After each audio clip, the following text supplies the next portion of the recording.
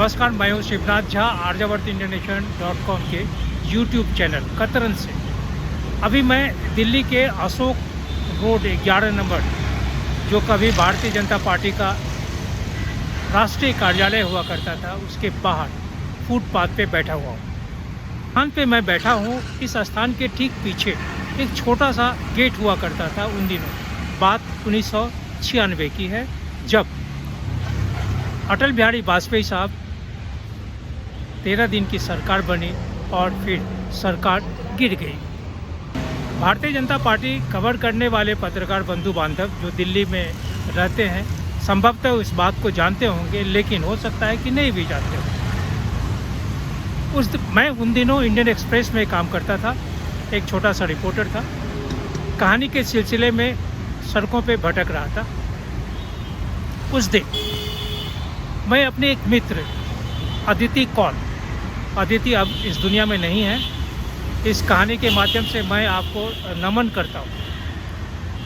आप इसे श्रद्धांजलि भी लें कि क्या हुआ था उस दिन। हम और अदिति दोनों आदमी जनपद के रास्ते चले आ रहे थे। फिर अचानक मन हुआ कि क्यों नहीं हम भाजपा के कार्यालय में पहुँचे। उन दिनों इतनी सुरक्षा व्यवस्था नहीं थी, बात सन 96 की है। हम लोग सीधा इसी कार्यालय में रहते थे। गोविंद आचार्य साहब पीछे की तरफ, मुख्य जो भवन था उस भवन के पीछे साइड में गोविंद आचार्य साहब रहते थे। हम दोनों आदमी उनके कक्ष की तरफ, उनके कमरे की तरफ पहुँचे। दोपहर का करीब 1 बज गया था, खाने का भी वक्त था। गोविंद जी अंदर कमरे में थे। हम दोनों को देख के गोविंद जी खिलखिलाए, क्योंकि उस समय घर में खाना नहीं बना था। फिर हम लोगों ने चोखा और खिचड़ी बनाया। उसी क्रम में जब गोविंद जी पूछे कि अचानक तुम लोग इधर आ गए, तो हम लोगों ने बताया कोई कहानी नहीं मिल रही थी, तो हम लोग सोचे कि चलो गोविंद जी से मुलाकात करते हैं। फिर बात हुई, बात होती गई। उसी होने के क्रम में जो बात हुई वह ऐतिहासिक बात थी। भारतीय जनता पार्टी के 3 सीट, सन 84 में 543 लोकसभा सीट में 2 सीट का होना, और 2014 में 543 सीट में 282 सीट होना। इसी कहानी को यह बताता है कि कैसे उस दिन की पहली रात इस 11 अशोक रोड के अंदर भारत के बड़े बड़े विद्वानों, वास्तुशास्त्र के विशेषज्ञों, तंत्र मंत्र विज्ञान ज्ञान तमाम जो विशेषज्ञ थे, कैसे उनकी मीटिंग हुई थी और कैसे लोगों ने यह निर्णय लिया था कि 11 अशोक रोड का वास्तु खराब है। उन लोगों का कहना था, ये जो मीटिंग हुई थी, मैंने इंडियन एक्सप्रेस में जो कहानी लिखा वो प्रथम पृष्ठ पर करीब 5 कॉलम में वो कहानी छपा था। अजूबा कहानी था। सब लोगों ने कहा कि ये कैसे, ऐसे हो नहीं सकता, ऐसे संभावना नहीं, लेकिन फिर भी कहानी छपी और ऐसा ही हुआ। आज उन लोगों का जो विशेषज्ञ आए थे, उन लोगों का कहना था कि प्रवेश द्वार, भारतीय जनता पार्टी 11 अशोक रोड का जो प्रवेश द्वार था, छोटा सा द्वार, उस द्वार के अंदर प्रवेश, परिसर में प्रवेश के साथ ही एक बहुत बड़ा नीम का पेड़ था। वास्तु विशेषज्ञ यह कहे कि हम जब प्रवेश कर रहे हैं और प्रवेश के साथ मेरा नीम का पेड़ आ रहा है, यह हमारी व्यवस्था को, हमारी सरकार को, या हमारा जो संपूर्ण रूप से संकल्प है, राष्ट्र के प्रति जो प्रतिबद्धता है, हम जो करना चाहते हैं उसमें बाधा है। जब बात बाधा की हुई, इस संपूर्ण चीज़ का उस समय बनारस के एमपी थे मुरली मनोहर जोशी साहब, आज अभी वृद्ध हैं, तो जोशी साहब की अध्यक्षता में ये सब चीज़ हो रहा था। तो उनका कहना था कि ये जो प्रवेश द्वार के साथ नीम का पेड़ है, यह नीम का पेड़ और हम लोगों के लिए बाधा है, अतः या तो नीम का पेड़ काटना होगा या फिर हमें अपना प्रवेश द्वार बंद करके दूसरे तरफ जाना होगा।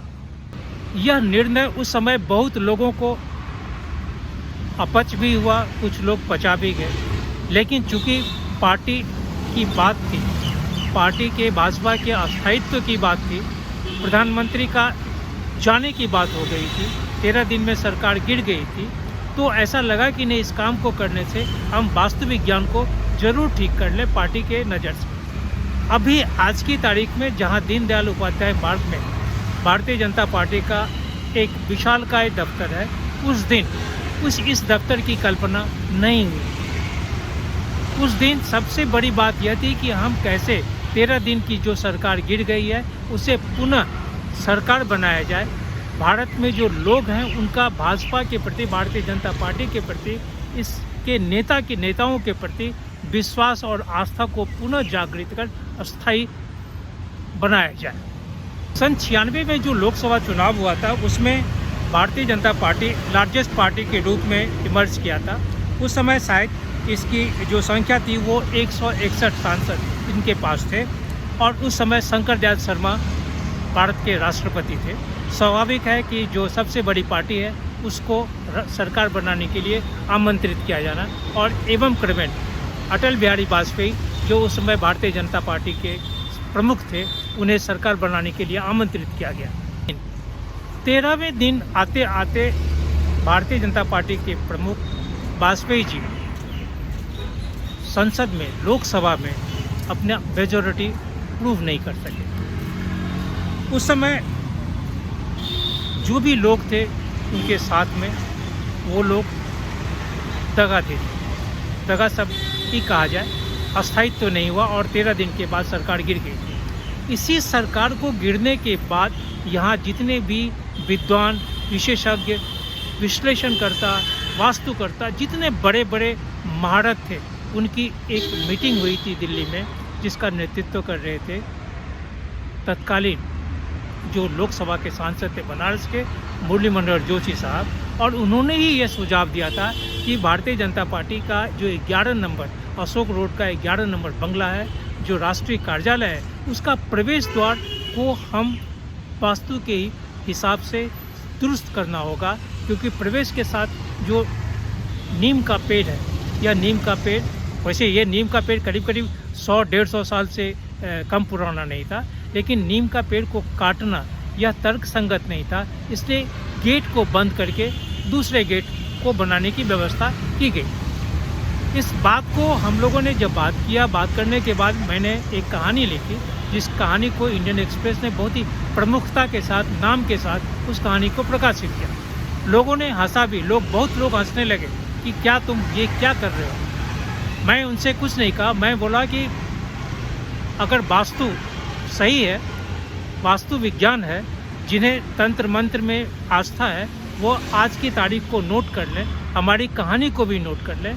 आने वाले दिन में यह कहानी, यह वास्तु का यह विश्लेषण, यह बिल्कुल सत्य साबित होगा। और आज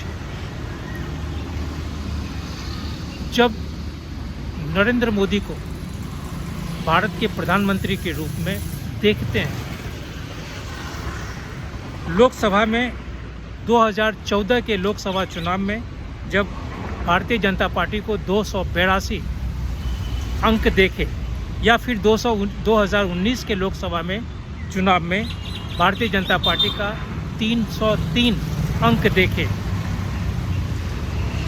यह कम नहीं। मैं यह नहीं कहूँगा कि ये व्यक्ति को मत नहीं मिला, ये व्यक्ति विशेष को के कारण नहीं हुआ, इतनी संख्या नहीं बढ़ी, लेकिन हम इस बात को भी मानने के लिए तैयार नहीं होंगे कि उस दिन जिन लोगों ने, वास्तु विशेषज्ञों ने यह विश्लेषण किया था, जिस विश्लेषण के आधार पे कहानी बनी थी, लोगों ने मुझे दुत्कारा था, लोगों ने मुझे बेवकूफ़ भी कहा था, लेकिन आज जब उस चीज़ को आंकते हैं और यहाँ बैठ के आज जब उस चीज़ को कहानी के रूप में कह रहे हैं, तो शायद लोगों को आश्चर्य भी होगा और विश्वास तो होगा ही। इन सरकार के बाद बने रहने के बाद जब वाजपेयी जी का सरकार से बाहर निकले, सरकार गिरी, तब एस.डी. देवेगौड़ा प्रधानमंत्री बने। लेकिन फिर 1998 में कांग्रेस ने सपोर्ट वापस ले लिया था और इसके कारण फिर सरकार गिर गई थी। 98 में लोकसभा का फिर चुनाव हुआ।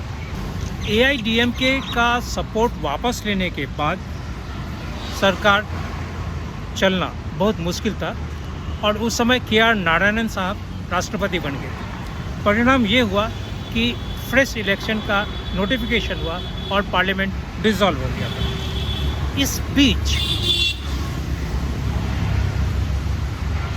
जो कारगिल ऑपरेशन हुआ था, कारगिल ऑपरेशन में जो तत्कालीन नेता लोग, चाहे जॉर्ज फर्नांडिस साहब हों, LK आडवाणी हों, वाजपेयी साहब थे और जो भी उस समय के श्रेष्ठ नेता थे,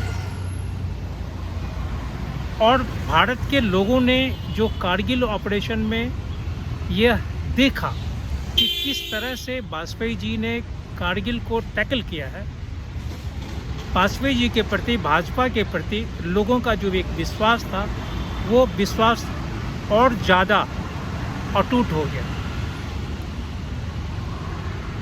यहाँ एक बात और बहुत महत्वपूर्ण है कि वैसे भारतीय जनता पार्टी को कवर करने वाले बहुत सारे पत्रकार हैं। दिल्ली शहर में तो किल्लत नहीं है, कमी नहीं है। खास करके जब सरकार या भारतीय जनता पार्टी शासन में होती है तो लोगों की जो तांता है, लोगों की जो संख्या है, वो उत्कर्ष पे है। लेकिन जिस दिन पोखरण हुआ था, वाजपेयी जी ने जिस दिन पोखरण में एक्सपेरिमेंट किए थे, उस पोखरण एक्सपेरिमेंट को इतना ज़्यादा कॉन्फिडेंशियल रखा गया था कि भारतीय जनता पार्टी को कवर करने वाले या सरकार को कवर करने वाले सैकड़ों पत्रकारों को कान में खबर तक नहीं पहुंची कि देश में क्या हो रहा है।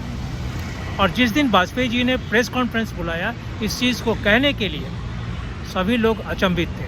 मैं यह बात इसलिए कर रहा हूँ कि जब 11 अशोक रोड पे का दरवाज़ा तोड़ा गया, दरवाज़ा को बंद किया गया, नीम के पेड़ को नहीं काटा गया, नीम को पेड़ को काटने की अपेक्षा दरवाज़ा को बदल के दूसरी तरफ दरवाज़ा रखा गया, वास्तु को अमल किया गया, तो लोगों ने हंसे थे। लोगों को अपनी अपनी जो सोर्स है, इंटेलिजेंस है, उससे बहुत ज़्यादा गौरव था। लेकिन किन्हीं का गौरव फलीभूत नहीं हुआ। आज यहाँ बैठकर इस कहानी को दोहराते हुए बेहद मन खुश हो रहा है। वाजपेयी जी के अगुवाई में एक बार 16 मई से 1 जून 1996 ये सरकार बनी थी, जिसके बाद ये वास्तु की चर्चा हुई और फिर 19 मार्च 1998 से 13 अक्टूबर 99 तक सरकार रही। कारगिल के बाद जब चुनाव हुआ, कारगिल के होने के बाद वाजपेयी जी के प्रति या भारतीय जनता पार्टी के प्रति लोगों का जो एक विश्वास जगा, उसका परिणाम चुनाव में दिखा, जब भारतीय जनता पार्टी एक बेहतरीन पार्टी के रूप में या उसके जो NDA के और अलायंस थे, सभी लोग मिलके एक सरकार, फिर वाजपेयी जी के अध्यक्षता में एक सरकार बनी, जो 13 अक्टूबर 1999 से 22 मई 2004 तक यह सरकार लगातार रही। श्री अटल बिहारी वाजपेयी जी के अध्यक्षता में, उनके अगुवाई में पहले 16 मई 1996 से 1 जून 1996 तक सरकार बनी, जो भारतीय जनता पार्टी के भविष्य को वास्तु के माध्यम से जो भविष्य का निर्धारण हुआ था वो 96 में हो गया था। परिणाम ये हुआ कि फिर 19 मार्च 1998 से लेके 13 अक्टूबर 1999 तक फिर वाजपेयी जी सरकार बनी। फिर कारगिल के बाद जो सरकार 99 में बनी वह 13 अक्टूबर 1999 से 22 मई 2004 तक वाजपेयी जी की सरकार रही। इसके बाद में 2004 के बाद मनमोहन सिंह की अध्यक्षता में कांग्रेस की सरकार आई, फिर 2009 तक, और फिर 2009 से 2014 तक मनमोहन सिंह की ही सरकार रही। यदि देखा जाए तो 1996 में जब 11वीं लोकसभा थी, उस समय भारतीय जनता पार्टी 161 अंक पे था। 1998 में यानी 12वीं लोकसभा में 182 अंक पे थे लोकसभा में, और 99 में जब 13वीं लोकसभा बनी उस समय भी 182 अंक पे थे।